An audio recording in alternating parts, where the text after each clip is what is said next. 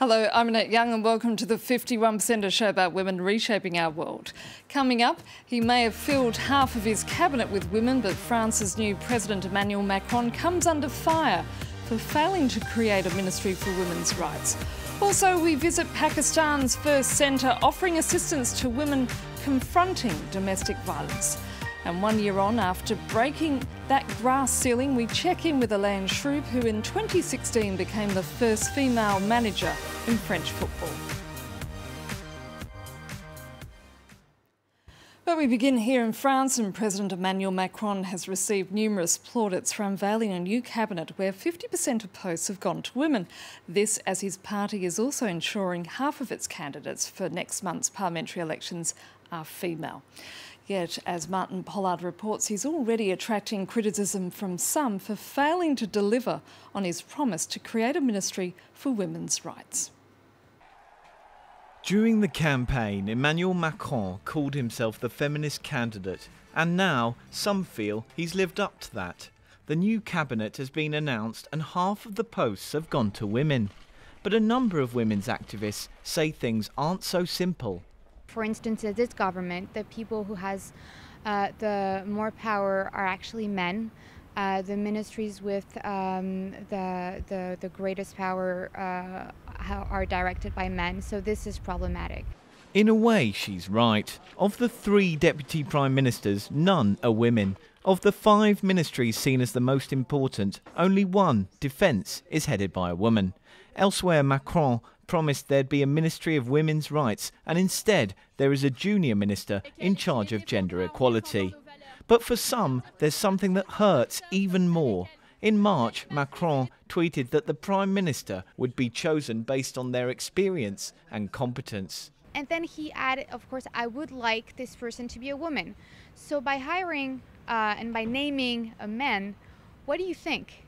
You think that there's no women who actually have the knowledge to become Prime Minister. But the new leader got a big thumbs up from activists for ensuring that half of his party's candidates for next month's parliamentary elections are women. This means there's a strong chance of upping the proportion of female MPs from the current 27%. And in what is considered a major breakthrough in Pakistan, the government of Punjab province is building 36 centres for women dealing with domestic violence. It's the first step in a country considered to be one of the most dangerous places for women. Our team on the ground went to visit the first centre to be opened in the city of Multan. Physical, emotional and verbal abuse have been part of Yasmin's daily life for the past 20 years. The perpetrator is her husband. But this time around, she refuses to be silent. Do you have any marks of violence on your body? Look, I have marks on my arm and shoulder. Does it hurt? It hurts a lot, and I have other wounds on my legs and my back. Okay, I'll take a closer look and then refer you to the police. This protection centre is the first of its kind in the country, a one-stop shop for victims of violence. Within a few minutes, Yasmin files for divorce and gets psychological help. In our last argument, my husband told me that if I returned home, he would kill me and throw my body into the river. Pakistan is the 3rd most dangerous country in the world for women. Honour killings, acid attacks and gang rapes regularly make the headlines. Yet few women dare to denounce their abuser or seek help. This centre wants to change that. We decided to come up with this unique opportunity to provide to women victims of violence in Punjab, and with the hope that all around the world this can be replicated because the issues are the same and solution can be same as well, providing justice. Why do we not talk more about women's rights in Pakistan? This activist has been fighting for women's rights for the last 40 years. She considers these centres a step in the right direction, but that the battle is far from over. Once they leave home, they are just have to then rebuild their own life, separate from their previous lives. And that's where women do need support, not only legal and psychosocial counseling, but also financial support, Also a support where they could be given some kind of skill development so they can be economically empowered and could live their own life with their own choice. Another hurdle to be overcome in the country's struggle for women's rights is radical Islam. Here, in this hardline mosque in Islamabad, many are against the construction of female protection centres. Women should stay at home. Their families should look after them, not these centres. These centres are a bad influence on women and encourage them to go against their families. But for women trapped in abusive relationships, the centres represent a lifeline, indispensable in a country where over 70% of women face domestic violence at least once in their lives. Now, access to financing has over the years remained a major hurdle for women entrepreneurs across Africa. But in Senegal, some have found a way to finance their projects and ensure their businesses remain afloat. This poultry farmer on the outskirts of the Senegalese capital, Dakar, has revived her struggling venture with the help of a special kind of credit. I bought the chicks for breeding with money from the tontine. At the bank, you pay interest, but with the tontine, there's no interest at all. Popular in many parts of Africa, women often club together in what's called a tontine to save money. Members of this group pay in the equivalent of around €3 every week. And once every 5 years, it's your turn to take home the €750 jackpot. The bank needs a lot of papers and everything, and guarantees. But we know each other, we live in the same neighbourhood, and we know everyone. In the past, tontines were used to save for special events like weddings or baptisms. But now many women say they're more ambitious. Hairdresser Ndeye, who contributes to 4 tontines, has used the cash to build a house. I can only count on the tontine. I can't get money from the bank. There is a system of small fines to encourage regular payments into the pot, but sanctions are mostly social.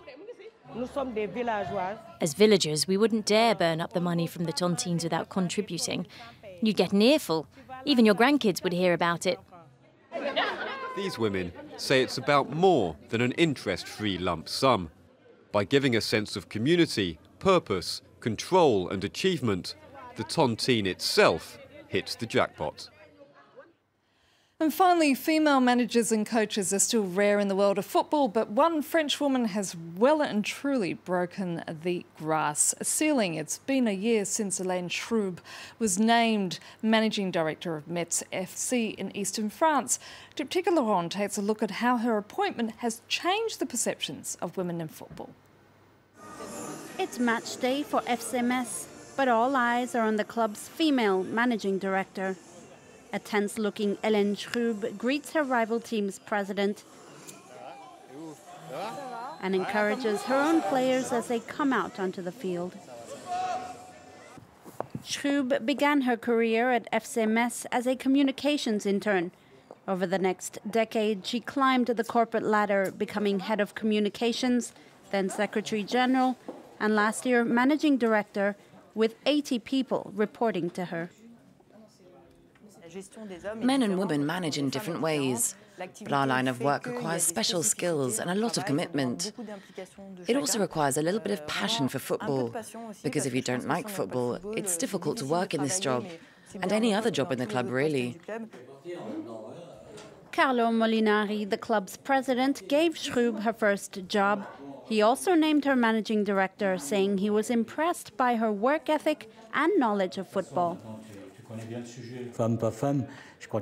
Women or not, I think the most important thing is the person's competency for the position, irrespective of the person's femininity or masculinity.